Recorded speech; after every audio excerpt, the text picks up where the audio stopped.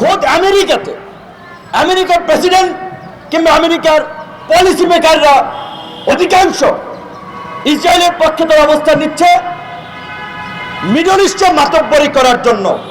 Middle ইস্টে মাতব্বরি করার জন্য ইসরায়েলকে তাদের লাগবে। তাই তারা যদি বিশ্বের তৃতীয় যুদ্ধ লাগে তাও পশ্চিমা এবং আমেরিকান মিলে তৃতীয় বিশ্বযুদ্ধ লাগাবে ডিউ টু ইসরায়েল। তো এখন কথা হচ্ছে সেই দেশেরই কিছুদিন আগে একজন নেভির অফিসার গায়ে আগুন দিয়ে এই তাদের অসভ্যতা বর্বরতার প্রতিবাদ করেছে। তোমরা যে পলিসি দিচ্ছ এটা মানবতা বিরোধী, মানবাধিকারের লঙ্ঘন। আমেরিকার জনগণ এটাকে সমর্থন করে না। দেখেছেন প্রত্যেকটি রাষ্ট্রে বিশাল বিশাল মার্চ হয়েছে, প্রতিবাদ হয়েছে। আমি যদি বলি বাংলাদেশে গত 5 বছরে প্যালেস্টাইনের পক্ষে কয়টা বড় মার্চ হয়েছে? 18 কোটি জনগণের দেশ, কয়টা প্রতিবাদ হয়েছে?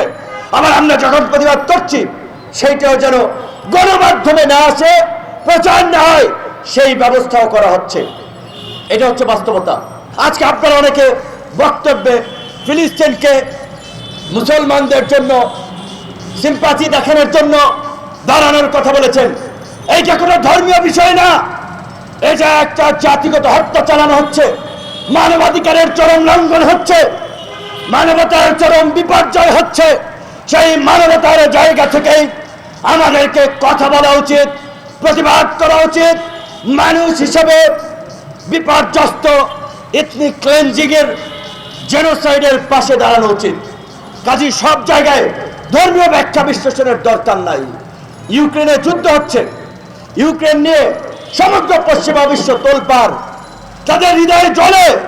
কিন্তু এই নিরীহ নির্যাতিত ফিলিস্তিনিদের বাড়ি ঘর হাসপাতাল কিভাবে মিশিয়ে দিচ্ছে, রাস্তায় ধুলোয় পরিণত করে দিচ্ছে। তাদের হৃদয়ে কাঁদে না, বরঞ্চ তারা ইসরায়েলের পক্ষে অবস্থান নেয়। এটা তাদের ভণ্ডামি, ধোঁকাবাজি, প্রতারণা। যেই ধোঁকাবাজি, ভণ্ডামি, প্রতারণা করছে বাংলাদেশের শাসক গোষ্ঠী। আমরা যাদেরকে ইসলামী বরেণ্য আলেম ওলামা বলি, বাংলাদেশে অসংখ্যবার বাবরি মসজিদে যখন ভাঙা হয় লং মার্চ হয়েছে, কিন্তু বাবরি মসজিদের স্থলে যখন রাম মন্দির হয়েছে এই বাংলাদেশে মিষ্টি বিতরণ হয়েছে। এইটা হচ্ছে শেখ হাসিনার বাংলাদেশ, মোদির বাংলাদেশ। তাই আজকে এই দেশে এখন আর প্রতিবাদ করা যায় না। অত্যাচার করুক, ওরা যতই প্রতারণা করুক, ধোঁকাবাজি করুক, ওদের মিথ্যাচার, ধোঁকাবাজি, প্রতারণা আজকে আমাদের সামনে পরিষ্কার।